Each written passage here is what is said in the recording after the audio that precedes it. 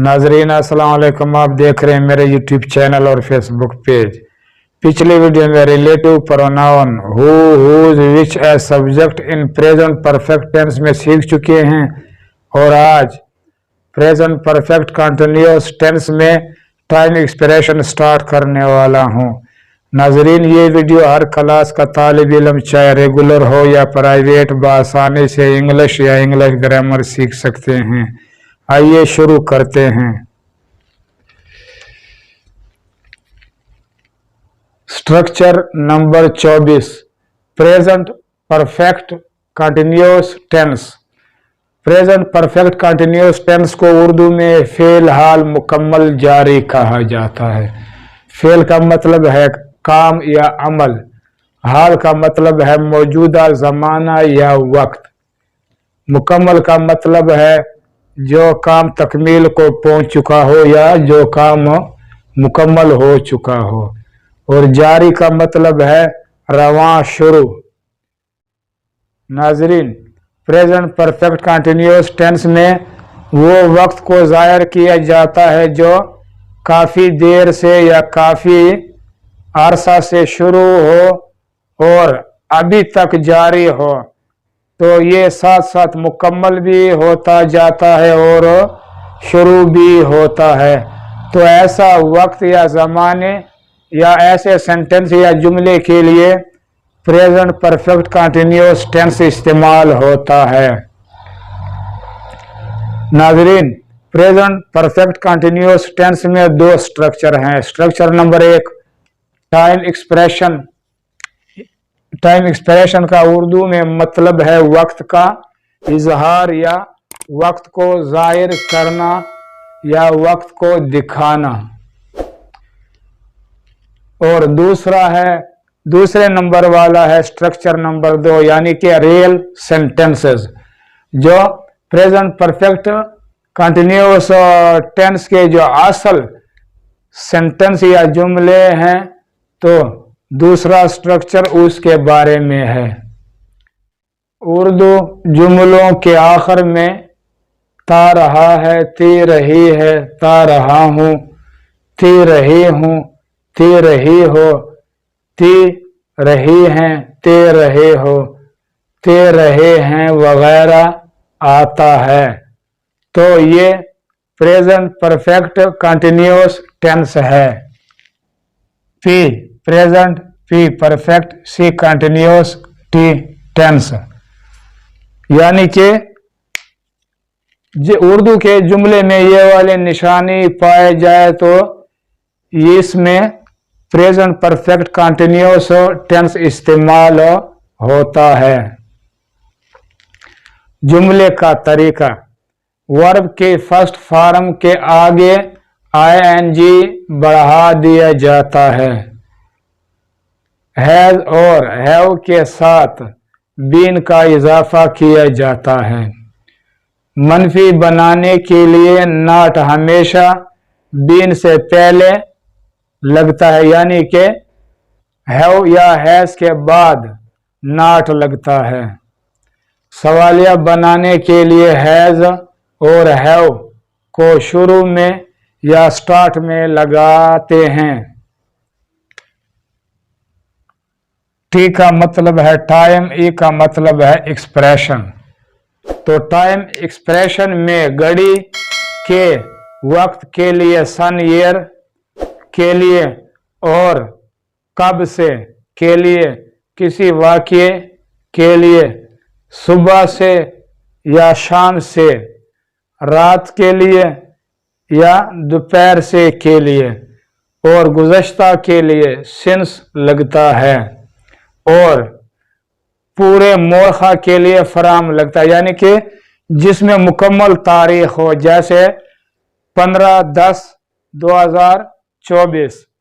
तो इस ऐसा सेंटेंस या जुमला हो, तो ऐसे सेंटेंस या जुमले के लिए टाइम एक्सप्रेशन में फ्राम इस्तेमाल किया जाता है, और बाकी औकात के लिए फॉर इस्तेमाल होता है या फॉर लगता है।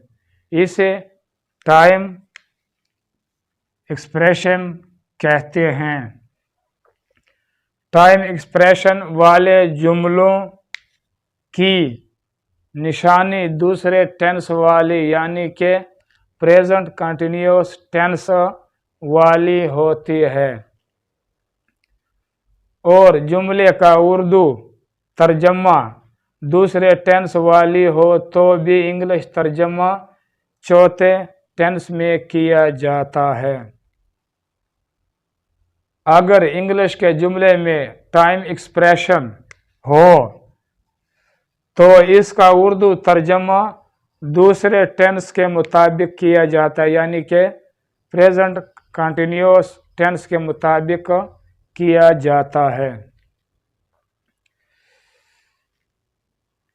स्ट्रक्चर ऑफ सेंटेंसेस, जुमला बनाने का तरीका या बनावट।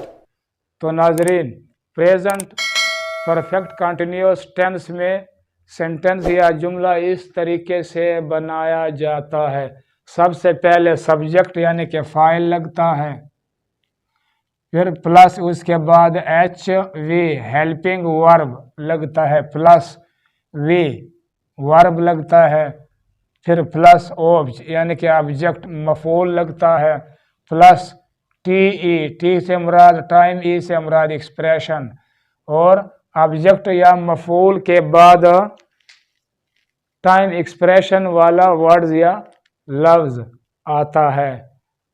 ये मिसाल देखें, I have been teaching him grammar since 1994, मैं उसे 1994 से ग्रामर पढ़ा रहा हूँ।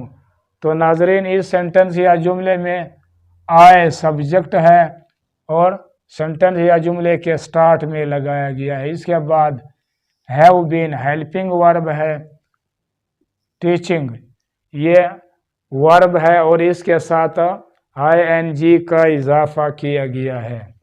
हिम ये ऑब्जेक्ट है, रियल ऑब्जेक्ट है यानी कि ऑब्जेक्ट वन है। ग्रामर ये भी ऑब्जेक्ट है लेकिन ये ऑब्जेक्ट टू है या इसको सेकंड ऑब्जेक्ट भी कहा जाता है।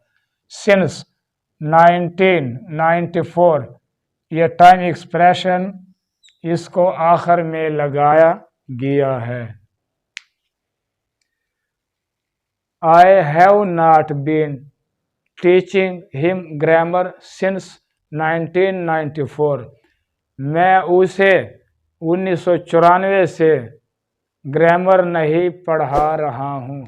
तो नाज़रीन, इस सेंटेंस या जुमले में भी आई सब्जेक्ट है और सेंटेंस या जुमले के शुरू स्टार्ट में लगाया गया। इसके बाद हैव हेल्पिंग वर्ब है, नॉट मनफी है, नेगेटिव है, और इसके बाद ये बीन है, ये वर्ब है, टीचिंग हिम ये ऑब्जेक्ट है, ग्रामर ये ऑब्जेक्ट टू है, सिंस 1994 ये टाइम एक्सप्रेशन है।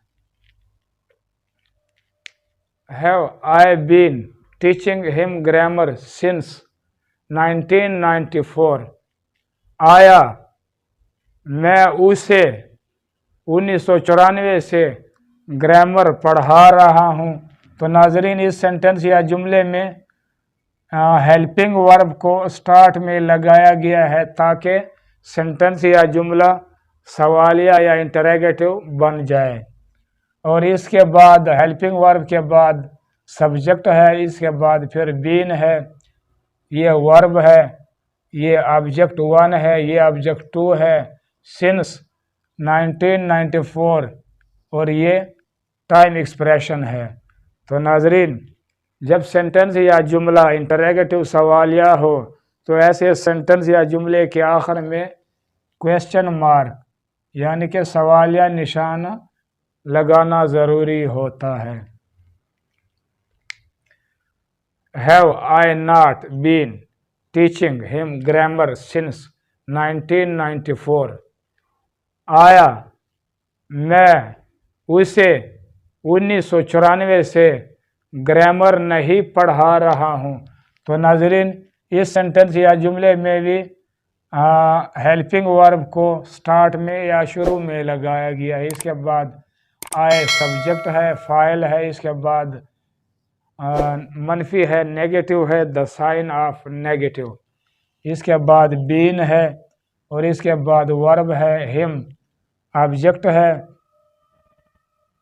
ग्रामर, ये ऑब्जेक्ट 2 है, सिंस 1994 और ये टाइम एक्सप्रेशन है। तो नाजरीन, जब बैक वक्त इन वन टाइम सेंटेंस या जुमला सवालिया भी हो और मनफी भी हो तो ऐसे सेंटेंस या जुमले के आखिर में भी क्वेश्चन मार्क लगाना ज़रूरी होता है। It has been raining since morning, सुबह से बारिश हो रही है। इट ये सब्जेक्ट के तौर पर इस्तेमाल किया गया, इसके बाद हेल्पिंग वर्ब है, इसके बाद वर्ब है सिंस मॉर्निंग, ये टाइम एक्सप्रेशन है। He has been compelling them to vacate that house since his father's death. वो अपने बाप की वफात से उन्हें वो मकान खाली करने पर मजबूर कर रहा है। तो नाज़रीन, इस सेंटेंस या जुमले में भी ही सब्जेक्ट है, हैज़ बीन हेल्पिंग वर्ब है, कंपलिंग ये वर्ब है, वर्ब 1 है, देम ये ऑब्जेक्ट है, टू प्रेपोजिशन है, वो केट ये वर्ब 2 है, दैट हाउस ये भी ऑब्जेक्ट है यानी कि ऑब्जेक्ट 2 है, सिंस हिज फादर्स डेथ ये टाइम एक्सप्रेशन है। I have been forbidding them since last year to waste time. मैं उन्हें गुज़श्ता साल से वक्त ज़ाया करने से मना कर रहा हूँ। तो नाजरीन, इस सेंटेंस या जुमले में भी आई सब्जेक्ट है, हैव बीन ये हेल्पिंग वर्ब है, फॉरबिडिंग ये वर्ब है, देम ऑब्जेक्ट है, सिंस लास्ट ईयर ये टाइम एक्सप्रेशन है, टू प्रेपोजिशन है, वेस्ट ये वर्ब 2 है, टाइम ऑब्जेक्ट है यानी कि सेकंड ऑब्जेक्ट है। Ali has been learning grammar from me from 10/10/2000. Ali 10/10/2000 से मुझसे ग्रामर सीख रहा है या ग्रामर पढ़ रहा है। तो नाजरीन, इस सेंटेंस या जुमले में आली सब्जेक्ट है, ये हेल्पिंग वर्ब है, ये वर्ब है, ये सेकंड ऑब्जेक्ट है, ये प्रेपोजिशन है, ये ऑब्जेक्ट है और फ्रॉम 10/10/2000 ये टाइम एक्सप्रेशन है। They have been helping them for several months, वो कई माह से उनकी मदद कर रहे हैं।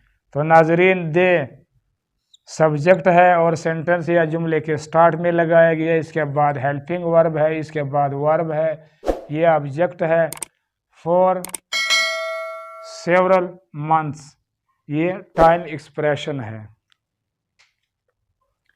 You have been wasting Ali's time for 2 hours. तुम 2 घंटों से आली का वक्त ज़ाया कर रहे हो। तो नाजरीन, इस सेंटेंस या जुमले में यू सब्जेक्ट है और सेंटेंस या जुमले के स्टार्ट में लगाया गया, इसके बाद हेल्पिंग वर्ब है, इसके बाद वर्ब है, आलीज टाइम ये ऑब्जेक्ट है, फॉर 2 hours ये टाइम एक्सप्रेशन है। He has been weeping for a long time. वो काफ़ी देर से रो रहा है। तो नाजरीन, ही सब्जेक्ट है और सेंटेंस या जुमले के स्टार्ट में लगाया गया। इसके बाद हेल्पिंग वर्ब है, इसके बाद वर्ब है फॉर अ लॉन्ग टाइम, ये टाइम एक्सप्रेशन है।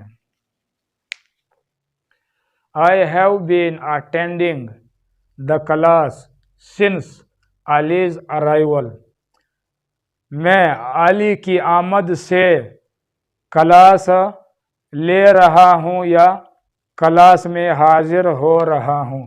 तो नाजरीन, इस सेंटेंस या जुमले में भी आए सब्जेक्ट है और सेंटेंस या जुमले के शुरू में लगाया गया। इसके बाद हेल्पिंग वर्ब है, इसके बाद वर्ब है द क्लास, ये ऑब्जेक्ट है सिंस अलीज अराइवल, ये टाइम एक्सप्रेशन है।